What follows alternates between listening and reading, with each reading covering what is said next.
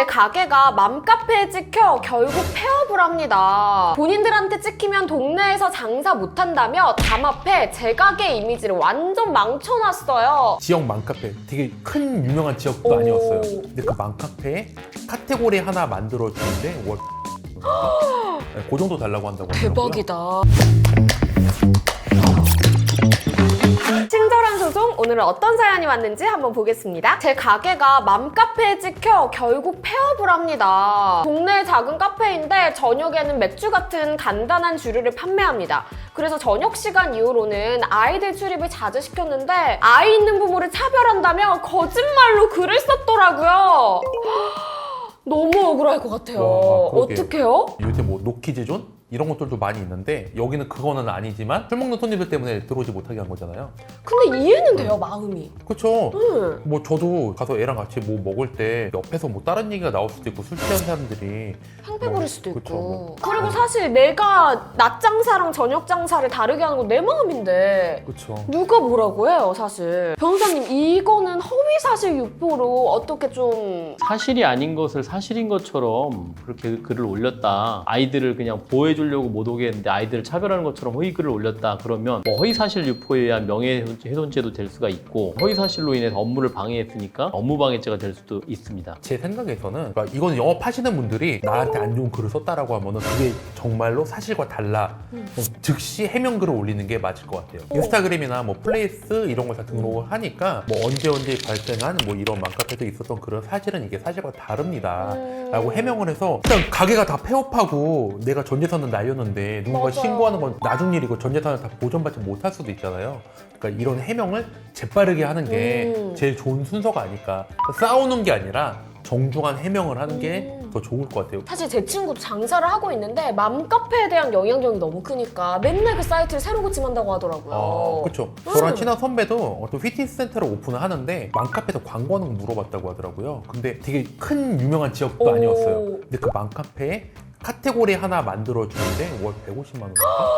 네, 그 정도 달라고 한다고 하더라고요. 대박이다. 근데 그 카테고리가 되게 많아요, 보니까. 어머. 그럼 이 맘카페 운영하시는 분들은 어마어마한 수익을 얻고 아니 그 맘카페 그 수장은 맘이 돼야지만 되는 거예요. 관심이 생겨가지고.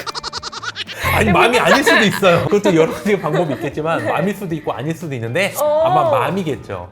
그러니까 맘카페겠죠? 자, 그러면 사연자분의 다음 이야기를 한번 들어보도록 하겠습니다. 본인들한테 찍히면 동네에서 장사 못한다며 담합해 제 가게 이미지를 완전 망쳐놨어요. 제가 해명글을 작성해서 올리며 운영자가 금세 지워버립니다. 도저히 방법이 없어요. 이게 보니까 운영자분이랑 가게를 못 들어갔던 분이랑 친분이 있거나 뭔가 관계가 있는 것 같아요. 그러니까 저렇게 하시겠죠. 그쵸. 그러니까 너는 죽었다. 너 한번 죽어봐. 감히 나를? 내가 이 동네에서 누군데?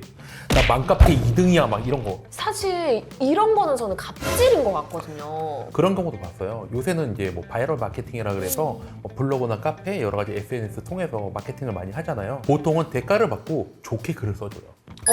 맞아요, 그치? 맞아요. 이게 보통적인 방법인데 내가 경쟁업체한테 돈을 받고 안 좋은 글을 써준 경우도 있어요. 그럼 처벌받지 않아요? 허위사실 유포에 의한 명예훼손으로 처벌을 받겠지만 좋은 글보다 안 좋은 글은 순식간에 퍼지거든요. 당연하죠. 사람 심리가 그렇거든요. 그쵸. 그리고 저 가게 뭐 있었대. 오. 무슨 사건이 있었대. 저 제품 뭐 이상했대. 라고 하면은 안 사고 안 가고 꺼려지게 되죠. 맞아요. 내가 뜨는 게 힘드니까 상대방을 하나하나씩 다 죽이는 거예요. 사연자분의 이야기를 들어보니까 담합을 했거든요. 그쵸. 어떻게 보면 딱 한 명을 들고 여러 명이서 따돌리듯이. 맞아요. 이거 학교 일진들이 뭐 하나 걸렸어. 야, 너희들이 감히 내가 빵을 사오라 그랬는데 빵을 안 사와?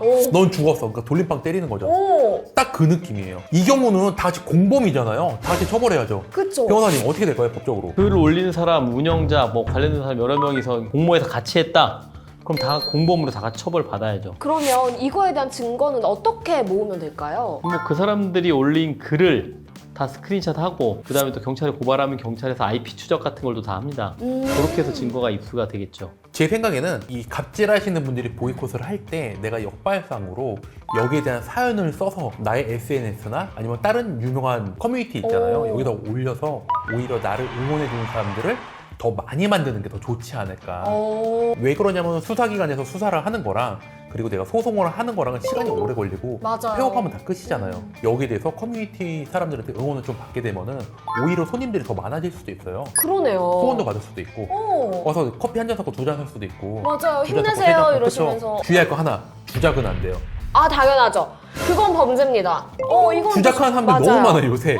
그러니까 정당한 사람들이 인정을 못 받아. 일단 글이 올라오면 저 주작 아니야? 이렇게 생각한단 말이에요. 맞아요. 그러면 우리 사연자분께서 어떤 거를 결국에는 궁극적으로 원하시는지 한번 보도록 하겠습니다. 어떻게 모은 돈으로 차린 가게인데 결국 악플에 손님들 발길 뚝 끊겨 폐업 예정입니다. 맘카페를 처벌하고 싶은데 어떻게 해야 될까요? 어머 세상에 변호사님, 이분 결국에는 폐업을 했대요. 정말 어떻게 하면 좋을까요? 폐업을 했어도 내가 진짜 억울하고 피해를 봤어요. 그러면 진짜 업무방해죄하고 명예훼손죄로 고소해서 처벌을 시키는 게 좋을 것 같습니다. 뭐 원하신다면 뭐 민사소송까지 병행해서 이것 때문에 폐업까지 갔다 피해가 너무 크다. 그렇게 해서 병행하시는 방법도 있고요. 어쨌든 여러분 진짜 우리 함께 사는 세상 다 같이 해피 했으면 좋겠습니다. 그쵸. 맘카페에서 갑질 피해를 받고 계신다면 자신의 SNS나 커뮤니티에 호소하는 게 제일 빠르고 현명한 방법입니다. 구독과 좋아요는 사랑입니다.